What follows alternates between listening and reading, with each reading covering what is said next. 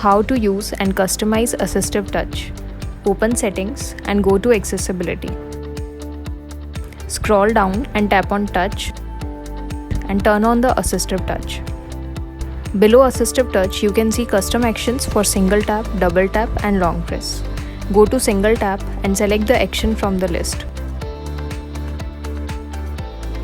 As you can see, I have selected mute action, so when I tap Assistive Touch, it will mute or unmute the iPhone.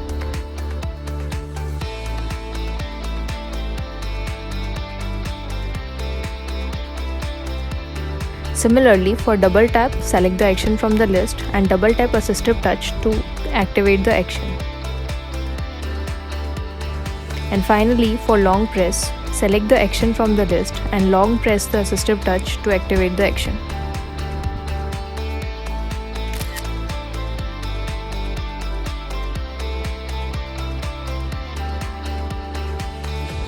Thanks for watching and subscribe for more Apple tips.